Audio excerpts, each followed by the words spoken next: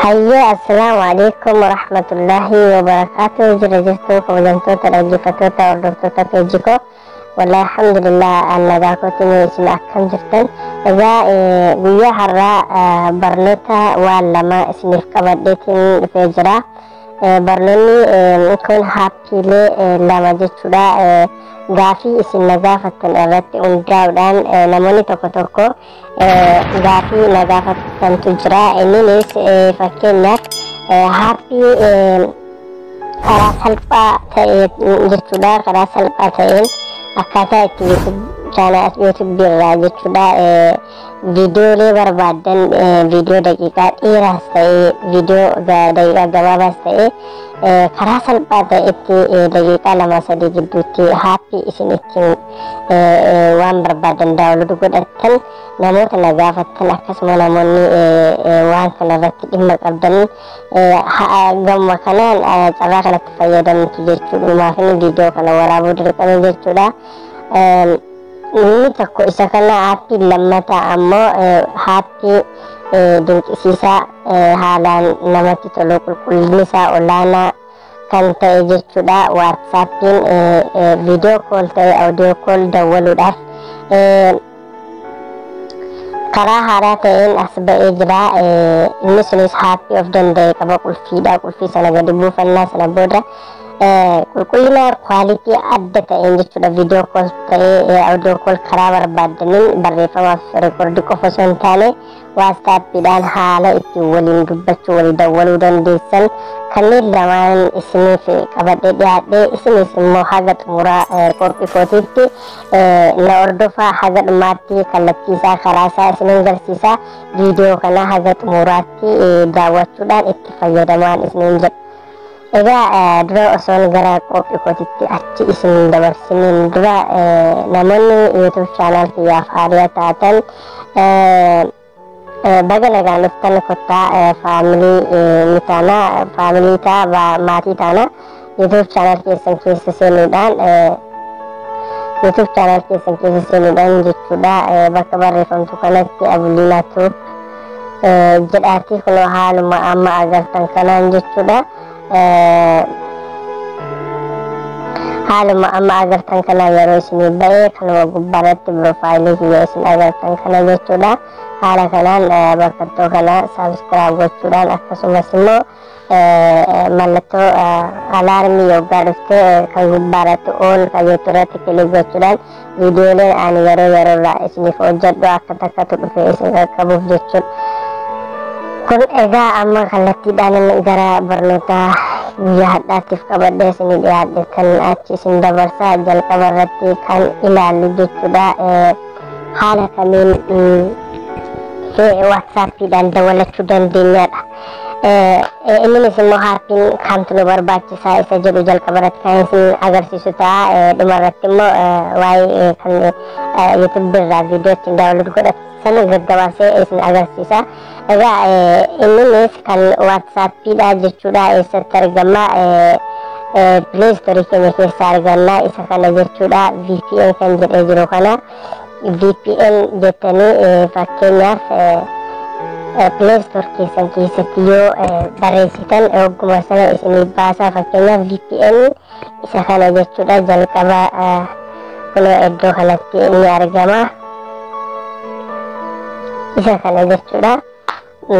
Kanan qalamatti naannesse kana free VPN kan jedhu kana security kan jedhu kana gadi buufattanii jechuudha.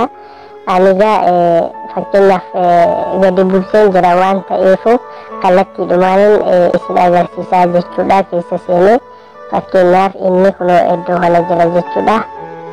Kunooti in argitan jedheetin amanaa isa kana. Kanaaf kallattiidhaan isa keessa yoggaa seenetti haala kamiin nu fida haala kamiin nu banaa kan jedhuuf waan takka isiniin barbaachisu lakkoofsatti naquu isiniin barbaachisu gartee keessa seentee siitingii wayii keessa seentee homaa takka gochuu isin barbaachisu. Inni yoggaati gadi buufattetti kunoo akka amma jiru kanatti goh kan jettu kana kanuma gidduu kana tuqaasta jechuudha. Sana booda maal ta'a connection jedha jira barbaadaa jira hanga kun beeksisadha. Beeksisni kun yoggaan dhufetti irrumaa deebitan isin. Okay. sorry beeksisa akka kanatti irraa deebitanii achi booda sana irraa deebitan amma maal jedhee jira raayit jedhee jira jechuudha. Akkuma isin agartan kana kun as keessa kan jiru kun raayit jedhee jira jechuudha. Kan achi booda kallattiidhaan maal gootan gidduu kana tuquudhaan irraa deebitanii kallattiidhaan waatsaappii irratti ni dawwaltanii jechuudha. Dubbii keenya keessatti namoonni haappii kana fayyadamu kamuu jechuudha. Haappii kana fakkeenyaa namni asitti dawwaltu jechuudha. Hiriyaan kee inninis haappii kana qabaachuu qaba. Waatsaappii namni kamuu jechuudha. Namni asitti wal argachuu dandeessu kamuu haappii kana buufatee qabaachuu qaba. Innis haaluma kanaan banatee jechuudha itti qabaachuu qaba jechuudha. Kana booda gidduu dha'uudhaan gidduu dha'uudhaan ni baatanii waastaaf keessa ni seentanii jechuudha. Achi booda hiriyaa kiyyatti dawwalee isin garsiisa akkamitti akka hojjetuu fi akka hin hojjenne minaalbaata waraabaa jira waan ta'eef dhageessisuu dhiisuu mala. Ammoo akkatti hiriyaan kiyya gaafa kaasetti akkatti lakkaa'u fakkeenyaaf namni dubbataa jiraate jawaalii tokko lakkaa hin beeksisa jechuudha. Isa sana isin garsiisa. Mee fakkeenyaaf nama kanarratti haa dawwalu hiriyaa kiyya kanarratti haa dawwalu fakkeenya kallattiidhaan jechuudha.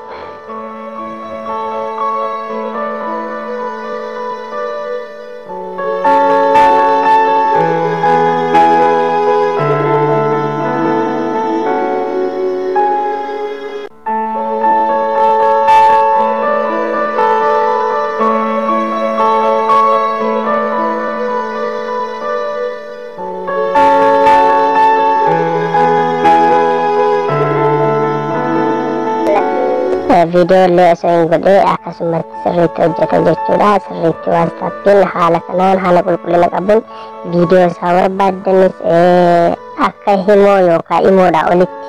Imoon yeroo ammaa kana maastaawoqiyaa waan adda addaa irra gadhiisee indaa'uun xiqqoosi dandeedha. Inni kun imoodha olitti kwaalitiin isaa kan eegamedha. Itti fayyadamaan isiniin jedha. Hayyee kun kana barnoota kiyya lammaffaatti yeroon isin dabarsu jechuudha. Namoota haala kamiin viidiyoolee karaa salphaa ta'een YouTube irraa gadi buufachuu dandeenya namoota jettaniif jechuudha. Innis waan biraa miti Snapchat kan jedhamu kana jechuudha.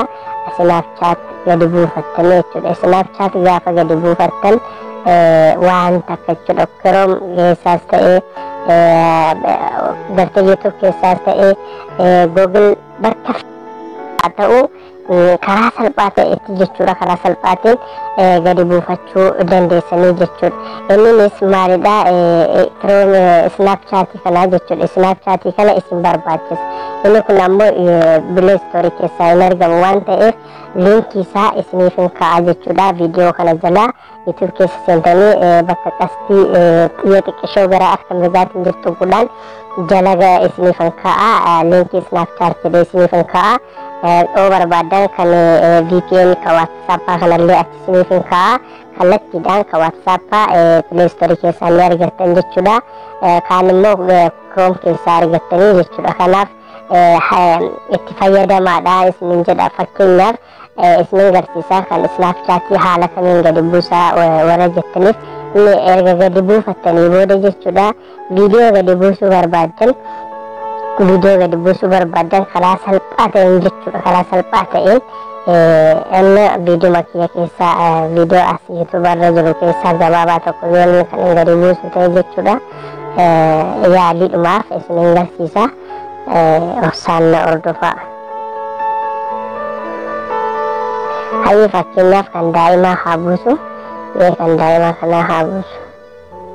Itti bantan haala kanaan jechuudha. Itti bantan viidiyoo barbaadan sana erga itti bantanii booda maal gootanii sheer bakka jettu kana tuqxanii jechuudha.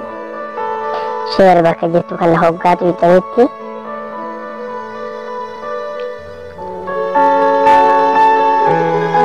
dhiifama guddaa sababa viidiyoon kun qulfii keessa waan jiruudhaa fi viidiyoo biraatiin isin yaala. Fakkeenyaaf sheer kan jedhu tuqnaa jechuudha. Sheer kana tuqnaa jechuudha. Haala kanaan nu fida. Yoggaa inni nu fidee isa jira. Snapchat kun as jira jechuudha. Daawunlood bakka kana jira jechuudha. Iddoo kana jira. Isa kana irratti jechuudha kilik goona. Achi booda haala kaniin fidaa kunoo haala kanaan fidaa jechuudha barbaadaa jira. Tokko daqiiqaa sekoondiidhaaf ni ibsin. Achi booda kunoo haala kanaan nu fidaa jira maal jedha. Iddoo gariitti audio barbaadamoo MP3 barbaadamoo kunoo kun MP3 barbaadamoo yookaan immoo viidiyoodhaan barbaadaa jechaa jira jechuudha kunoo viidiyoo yookaan MP3. Isa kana keessaa filattee yoo viidiyoodhaan kan gannaaf abbuu kan jettu ta'e kan viidiyoo jedhu kana tuqxaa jechuudha. Isa kana tuqxaa jechuudha kan viidiyoo jedhu kana tuquudhaan iddoo kana tuquudhaan kallattiidhaan gadi daawunlood kan jedhu fakkeenyaaf isin agarsiisa. Isa kana irratti cuqaasa jechuudha. Viidiyoo kan jedhu kana irratti cuqaasa.